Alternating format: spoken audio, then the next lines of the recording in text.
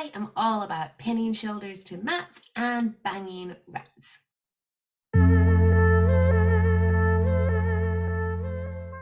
Hello friends and welcome back to my channel.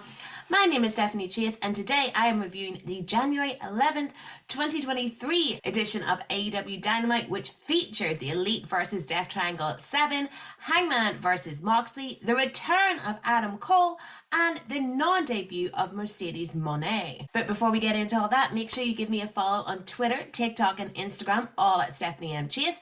Also check out my OnlyFans, Patreon and merch, which are linked below to support the channel and for exclusive content. And maybe most importantly, don't forget to subscribe. Yes, hit that subscribe button and turn on notifications to be the first to know when new videos drop. This week I interviewed Michael Oku, who was fresh off his appearance at PWG Bola. Like literally he had just got home 45 minutes ago. We talk about him wrestling TAKESHITA on night 1 and on night 2 he got in the ring with Chris Jericho and the rest of the JAS.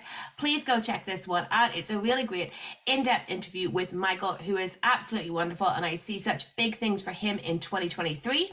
And my video all about my trips to see AEW in 2022 has finally arrived.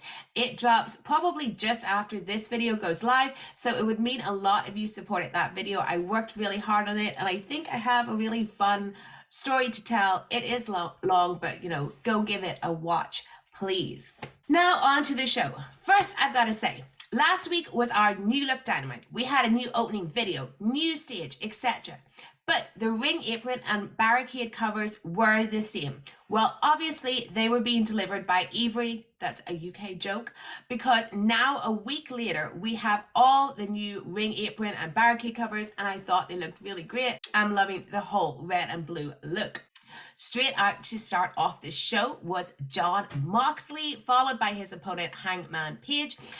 Page, after turning up every week to get cleared, was finally cleared and having his first match in 85 days. I thought this match was absolutely awesome.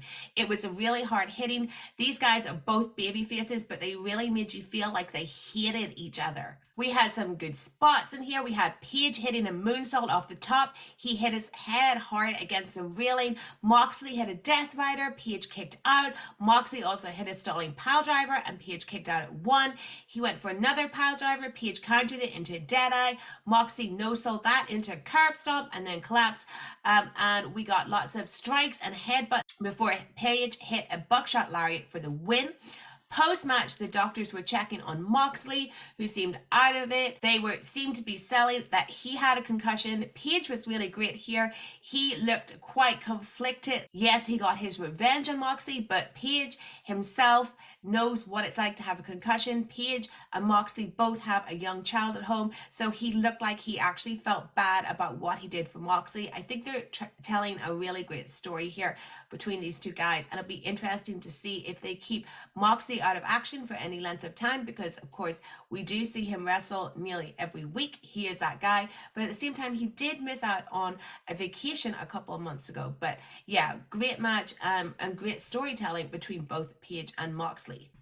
Next, we had the surprise return of Adam Cole to a huge pop. He cut a fantastic and very real promo about the scary time he's had over the past few months dealing with a concussion. But he said he had good news and bad news. But the bad news was for the AEW locker room, because Adam Cole is back. This was such a great feel-good moment. I'm really happy he's back. And the thing about Cole is he plays a douchebag so well, but anyone that's ever met him, like I've met him and I've interviewed him, knows that he really is the nicest guy in the business. So I hope this is the start of a really big babyface run for him, because the fans really want to cheer him. The only thing I'd say is I'm not totally sure if this was placed correctly, because we just did the Page concussion storyline, which was a real life concussion, and then we had Moxley basically selling a concussion, and now we have someone coming back from a real life really scary concussion issue. So I think I might have like formatted things differently, but it is a bit of an AEW trope, I have to say, to have repeating storylines, angles in one show. Next, It was billed as one night only, the pairing of Jungle Hook, Jungle Boy Jack Perry, and Hook, who defeated Big Bill and Lee Moriarty. This was very good. A lot of it did take place in the commercial break, though. The most memorable spot was Hook getting a T-bone suplex on Big Bill, who really did sell it very, very well. Perry ended up getting the win. He tapped out Lee with a snare trap. I do like the Jungle Hook pairing. I wonder why. They were selling it as a one-off, as I said, but I think that Jungle Boy should be in a higher position by now.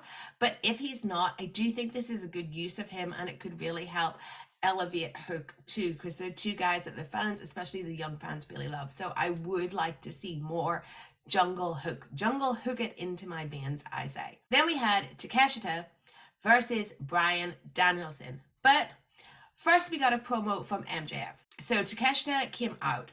Then we get MJF. He made some very cheap jokes at TAKESHITA.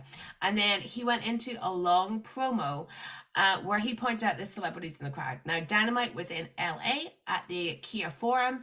I've been there. It was awesome. Watch my 2022 video to know all about that. So first, MJF pointed out Ken Jeong, who was in the front row. If you asked me to cut one thing from the show, it would have been Ken. I have not seen much of him except for when JERICHO was on The Masked Singer and he was a judge. And I thought his overacting was really bad. And then tonight, like the overacting, overselling of MJF's promo, I just really didn't like. It's like, dude, if you like wrestling and you're a fan, please don't make things so cartoonish, please. Then he pointed out Freddie Prinze Jr., who I'm way higher on. Freddie is a genuine wrestling fan. He's worked for WWE. He has a podcast all about wrestling. But more importantly, he's married to Sarah Michelle Gellar, and I am a huge Buffy stan.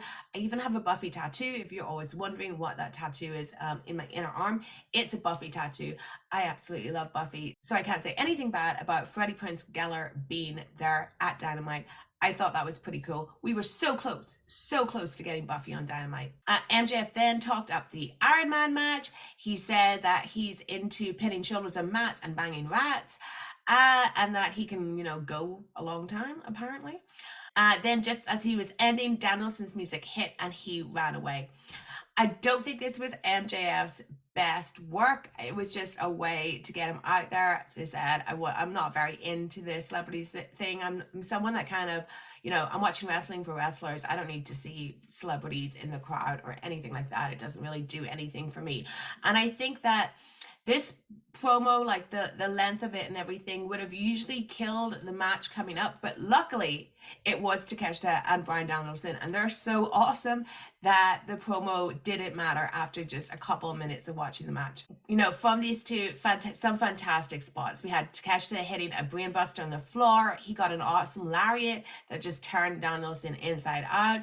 But it ended with Danielson putting on the redacted stretch and winning. And then he shook hands with TAKESHITA. Really great match, exactly what you'd expect. And I think it's pretty cool having Danielson doing these matches every week as he builds up to the Iron Man match with MJF. Juice Robinson did a promo in the back calling himself ROCKHARD. By the way, when am I getting my Blue Chew sponsorship? Then we had Jamie Hayter and Dr. Britt Baker defeating Saraya and Toni Storm. Yes, Saraya and Toni Storm. That was the partnership. First, I want to say Storm and Hayter are excellent, especially Hayter. And anytime they were in the ring together, it was great and the absolute highlight. Saraya was barely a factor here. The crowd are not behind her, and she does come off as a heel. It really is Hayter who is the star right now, and I think that some real thought needs to be put into the direction of all four women here going forward to just capitalize on how much the fans love Jamie Hayter. It doesn't matter that she hasn't been in WWE. It's way better that she hasn't been in WWE. Let's run with Jamie Hayter as our absolute star of this women's division, with Britt Baker as well, who still has all her star power that she's had for the past couple of years in this promotion. So the end of this match, we had Hikaru Shida. She came out with a kendo stick. She threw it in the middle of the ring, but it was Britt Baker who picked it up. And then she hit Storm in the back, allowing Hayter to hit a Hayter aid for the win. Shida looked all conflicted. the build to this match, it was messy, okay? People thought they were getting Mercedes Moné. Now, they never outright said that Mercedes was coming, but firstly, they did a mystery partner angle, which does seem a little bit odd considering the mystery partner turned out to be just someone else on the roster.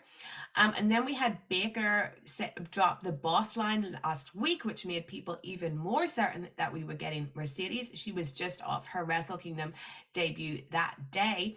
And then Saraya was doing interviews this week saying that the 2 tickets that she was previously given would be put to good use, making some more people think that we were getting Mercedes. So yeah, they never outright said it, but if anything, the boss line just should have never happened if you want to manage expectations. So they are lucky that the crowd didn't turn on this match. There was some booing in the arena afterwards because they turned the lights off and then turned them back on again, which made the crowd think that something was happening. But yeah, if you were expecting Mercedes, I don't blame you. I'm glad she didn't come in this setting though as a partner for Saraya, because we've seen for months now how this is really going, and I think Mercedes should come in and shine on her own if that's what she's going to do. But you know, as they say, no money, more problems. So next segment, here's what I think happened. I think that the original order of this show was different, and the clock was really ticking here. I think Tony Khan said to Excalibur, I know that you are the greatest at quickly running down the card for the upcoming shows. However, the time is so tight here. Can you just do it now instead of before the main event? And Excalibur was like, cool, yeah, sure. One of these matches he mentioned was Ricky Starks versus Jake Hager, which is happening next week on Dynamite. I believe that this was all happening while the JAS were in the gorilla position, unaware that the match that they were about to set up with their promo had just been announced, and Tony was there like, oh fuck, what do I do? And then we had to get some correction from Excalibur on commentary after.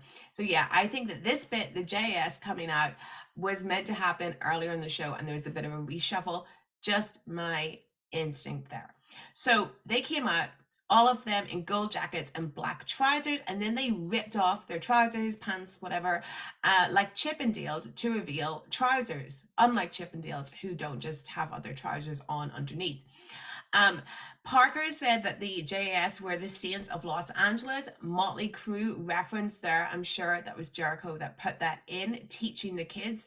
I can't imagine the shock that young Daniel Garcia will get when he watches The Dirt on Netflix. So Jericho said that he ended the Ricky Starks experiment last week, which prompted Ricky Starks and Action Andrade and his makeup to come out.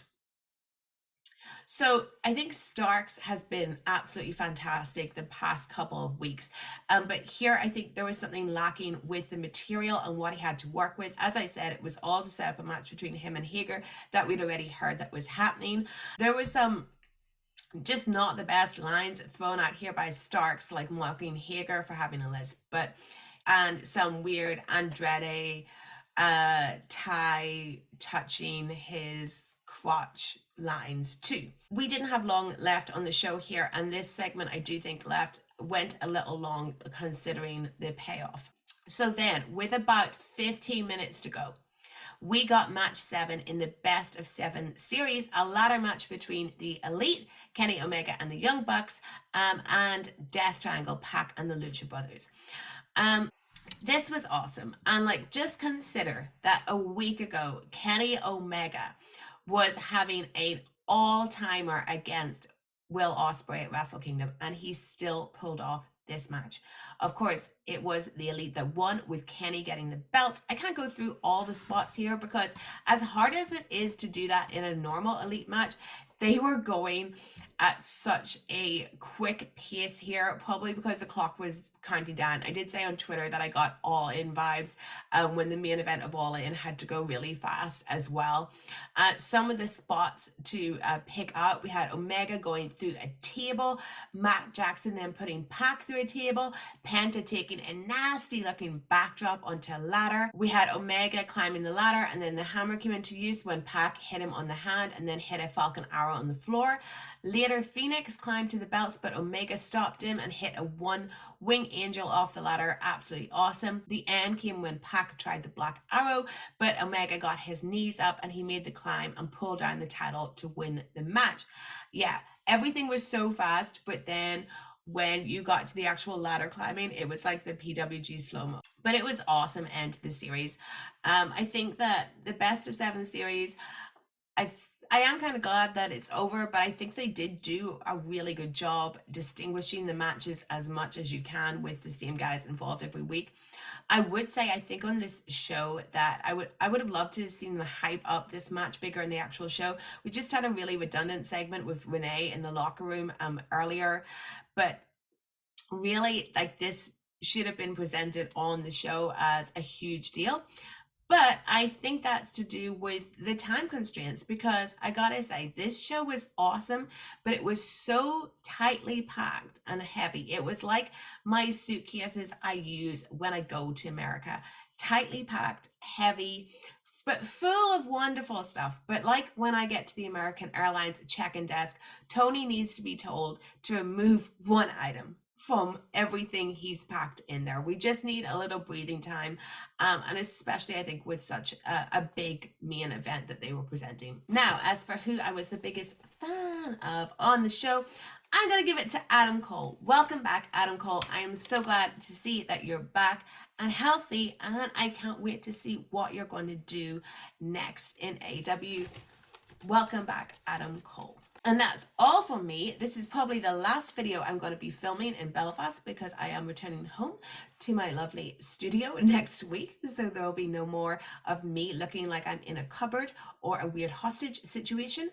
But yes, don't forget to subscribe to my channel. Please check out my interview with Michael Oku. I think you'll really, really enjoy it. There's a lot of great stuff about Jericho and the JAS in there. So if you're a fan of my videos, you're probably a fan of them too. So go and check that out.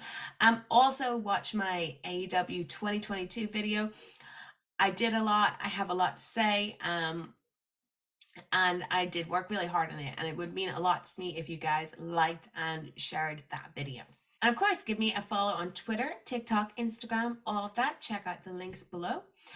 Subscribe, subscribe, subscribe. Tell everyone you know to subscribe. Tell your granny to subscribe. And I will see you next week. Bye.